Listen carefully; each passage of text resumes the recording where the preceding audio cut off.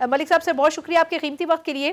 سر یہ بتائیے گا کہ 8 فروری سے اب تک اتنے دن گزر چکے ہیں لیکن نہ تو نون لیگ کھل کر یہ کہہ سکی ہے کہ حکومت بنانا چاہتے ہیں اور بنا رہے ہیں، نہ ہی سر جو پیپلز پارٹی ہے یا باقی جماعتیں ہیں وہ کھل کر ان کو سپورٹ کر رہی ہیں. تو آپ کے خیال میں اس پورے سین میں نون لیگ استعمال ہو رہی ہے یا باقی پارٹیز ان سے میکسیمم بینیفٹس لینا چاہتے ہیں؟ دیکھیے میں سمجھتا ہوں یہ بات تو پہلے روز ہی طے ہو گئی تھی 8 فروری کے ریزلٹس کے بعد کہ پی ایم ایل این اور پیپلز پارٹی مل کر حکومت بنائیں گے. اب پیپلز پارٹی نے شروع میں جو ڈیمانڈز رکھی جس میں آئینی عہدے بھی شامل تھے، تو پیپلز پارٹی یہ چاہ رہی تھی کہ چونکہ آنے والی حکومت مشکل فیصلے کرے گی، مہنگائی کے حوالے سے ایک بڑا چیلنج ہوگا، پھر آئی ایم ایف کے ساتھ بات چیت کے بعد پاکستان کو جو ہے وہ کافی مشکل فیصلے کرنے پڑیں گے، اس لیے پیپلز پارٹی جو ہے وہ حکومت میں شامل نہ ہو، یعنی اس کے وزراء نہ ہوں لیکن وہ حکومت میں بھی شامل ہو. اب یہ معاملہ مسلم لیگ نواز کے لیے قابل قبول نہیں ہے. مسلم لیگ نواز یہ سمجھتی ہے کہ اگر صدارت لینی ہے پاکستان پیپلز پارٹی نے تو پھر اسپیکرشپ ہم دینے کو تیار نہیں ہے. اسی طریقے سے اگر گورنر ان کا ہوگا تو ان کو وفاقی کابینہ میں بھی شامل ہونا چاہیے تاکہ یہ جو آنے والے دنوں کی مشکلات ہیں یہ دونوں جماعتیں مل کر اس کو برداشت کریں، اور اگر عوام کی طرف سے کوئی ریئیکشن آتا ہے تو اس کے اثرات بھی دونوں جماعتوں کے اوپر ہوں. ہاں مسلم لیگ نواز حکومت میں اس لیے جانے کو تیار ہے، میں سمجھتا ہوں کہ مسلم لیگ نواز پنجاب کے گراؤنڈ کو واپس لینے کی کوشش کر رہی ہے. اگرچہ اسے اس بات کا اندازہ ہے کہ وفاقی حکومت بڑی مشکل ہوگی، وفاقی حکومت چلانا اتنا آسان نہیں ہوگا، لیکن پنجاب میں کوئی انہیں بڑا چیلنج نہیں ہے. اور مریم نواز جو کہ میاں نواز شریف صاحب کی خواہش تھی کہ وہ جاتے جاتے سیاست سے نکلتے ہوئے اپنی بیٹی کے حوالے مسلم لیگ نواز کر جائیں، اور وہ اگر کسی حکومتی عہدے پر انہیں بٹھا دیتے ہیں تو اس کے نتیجے میں مسلم لیگ نواز کو جو ہے وہ خاصی سپورٹ ملے گی اور مریم نواز کا سیاسی مستقبل کافی محفوظ ہو جائے گا. تو میرے خیال میں نواز شریف صاحب اس میں کامیاب رہے ہیں. پنجاب مریم نواز صاحبہ کے پاس آ جائے گا.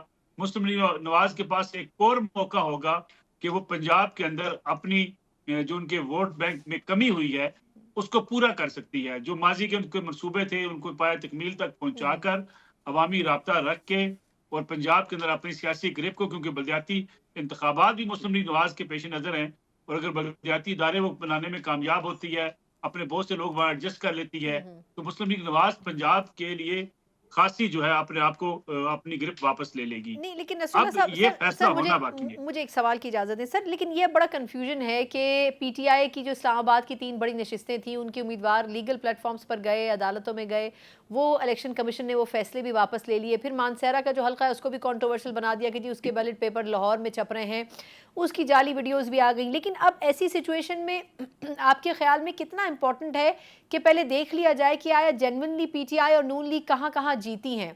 کیا آپ کو لگتا ہے کہ وہ جو 180 170 کا فگر کوٹ کر رہی ہے پی ٹی آئی اس میں کسی حد تک کچھ صداقت ہے؟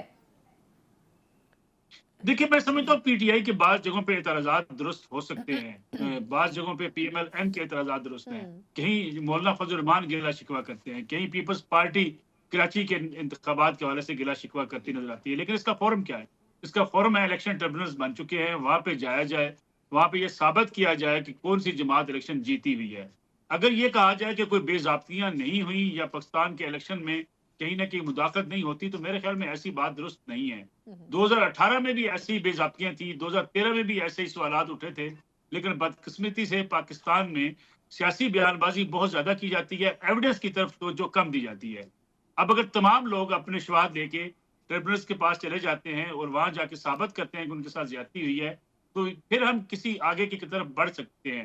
لیکن آپ کو یاد ہوگا 35 پینچر کا نعرہ جب لگایا تھا افضل خان صاحب نے، ایڈیشنل سیکرٹری تھے الیکشن کمیشن پاکستان کے، بعد میں 2 سال بعد انہوں نے جسٹس کیاری سے معافی مانگ لی کہ میرے پاس ثبوت نہیں تھے لیکن مجھے لگا تھا کہ 35 پینچر لگائے گئے. یہی نجم سیٹھی صاحب کے اوپر الزام لگا. عمران خان صاحب خود اس کیس میں آج تک جو ہے وہ پیش ہونے کو تیار نہیں ہے. انہوں نے 10 ارب کا الزام لگایا شہباز شریف صاحب کے اوپر کہ پاناما کا کیس سے پیچھے ہٹنے کے لیے مجھے شہباز شریف صاحب نے 10 ارب روپے کی آفر کی تھی، لیکن عدالتی جب بلایا گیا عدالت میں عمران خان صاحب وہاں نہیں گئے. ہم جس طرف جا چکے، ابھی میں آپ کو تازہ مثال دوں، کمشنر ملتان کے حوالے سے کہا جا رہا ہے کہ جی وہ چھٹی پر چلے گئے ہیں، انہوں نے بھی احتجاج کر دیا ہے الیکشن میں دھاندلی کے خلاف. میں نے کچھ ہی دیر پہلے عامر خٹک صاحب کو فون کیا تو انہوں نے فوری طور پہ مجھے کہا کہ ملک صاحب کیا آپ بھی فیک نیوز کا شکار ہو گئے ہیں؟ میں اپنے دفتر میں آج سارے دن کام کرتا رہا ہوں، کل بھی میں نے کام کیا ہے، کل بھی کروں گا. لیکن اس قسم کی جب فیک خبریں پھیلائی جائیں گی یا محض الزام تراشی کی جائے گی، اس سے آپ الیکشن ریفارمز کی طرف جا نہیں سکتے.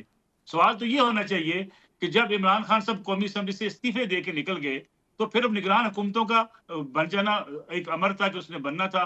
خان صاحب نے خود اس پارلیمانی سیاست کو نکالا. نہیں سر، پھر ایسا تو پنجاب ہے، حکومت خود ان کی کیوں استعفے نہ دے توڑ کے دی. خود واک آؤٹ کیا. اب ان کو سمجھ آیا کہ پارلیمنٹ میں رہتے ہوئے جو چیزیں کر سکتے تھے وہ پارلیمنٹ سے باہر نہیں کر سکتے. اچھا سر، ایک اور سوال، آپ نے آج ٹویٹ بھی کیا کہ جو بیلٹ پیپرز کا پورا ایک پروپیگنڈا تھا، اس کی سٹوری کیا تھی، اس حوالے سے آپ نے خود بھی بات کی کہ یہ ایک پورا پروپیگنڈا ہے، ایک پورا ایک طرح سے ایک اس کو مینیپولیٹ